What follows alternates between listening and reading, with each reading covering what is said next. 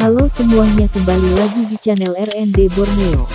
Sebelum masuk ke pembahasannya, mohon segera tekan tombol subscribe ya kawan agar channel ini lebih semangat lagi menyampaikan informasi yang bermanfaat. Lanjut. Emiten kontraktor pertambangan, yang sahamnya juga dipegang investor kawakan Loh Heng Hong, PT Petrosi terbuka. PT RO, mengantongi kontrak jasa pertambangan batu bara senilai 2,7 triliun rupiah.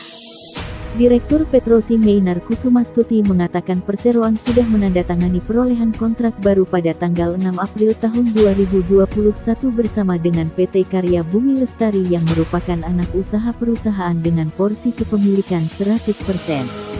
Adapun kliennya yakni PT Kartika Selabumi Mining dan PT Palem Mas Asli sebagai penjamin.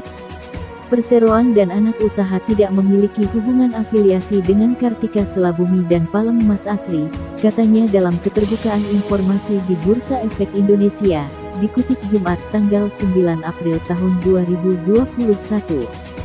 Dalam kontrak itu, emiten kontraktor tambang ini bertindak sebagai manajemen proyek, sedangkan Karya Bumi sebagai kontraktor untuk pengerjaan di area tambang Kartika Selabumi yang berlokasi di Kota Bangun, Kutai Kartanegara, Kalimantan Timur.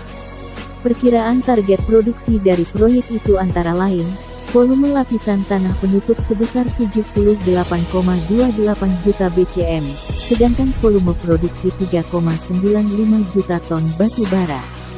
Diteken Mining Service Agreement, di mana perseroan sebagai pihak yang melakukan manajemen proyek dan Karya Bumi sebagai kontraktor. Durasi kontrak 7 tahun sampai dengan tanggal 31 Desember tahun 2027, dengan estimasi nilai kontrak sebesar 2,7 triliun rupiah, ujarnya.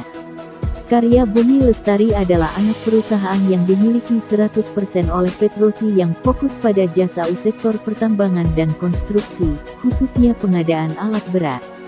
Petrosi merupakan perusahaan yang merupakan anak usaha dari PT Indika Energi Terbuka ini, dengan kepemilikan saham sebesar 69,80%.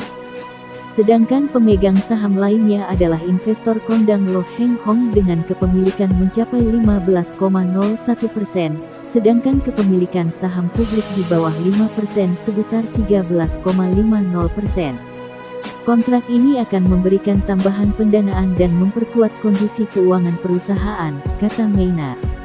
Tahun lalu, PT RO mencatatkan kenaikan laba bersih 3,54% secara tahunan, year on year.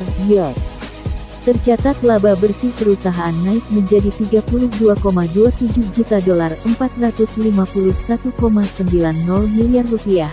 Asumsi kurs Rp14.000 US dollar dari 31,17 juta dolar di akhir periode yang sama tahun sebelumnya. Berdasarkan laporan keuangan perusahaan, laba per saham naik menjadi 0,0323 dolar dari sebelumnya sebesar 0,0309 dolar.